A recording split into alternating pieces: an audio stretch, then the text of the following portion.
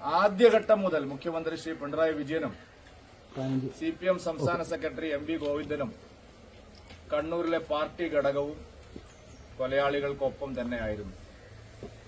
PP ദിവ്യയോടും അവരെ അനുകൂലിക്കുന്നവരോടൊപ്പവും നിൽക്കുന്ന സമീപനമാണ് ആദ്യഘട്ടം മുതൽ അവർ സ്വീകരിച്ചത്.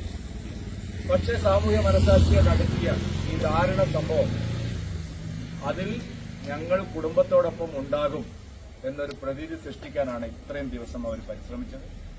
ഇപ്പോൾ ആ കുടുംബത്തിന് എല്ലാ കാര്യങ്ങളും ബോധ്യമായിട്ടുണ്ട്.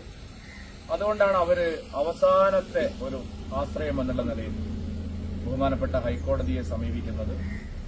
നീതിപീഠം തീർച്ചയായിട്ടും കണ്ണു തുറക്കും എന്നുള്ള പ്രതീക്ഷയാണ് അവർക്കുള്ളത്.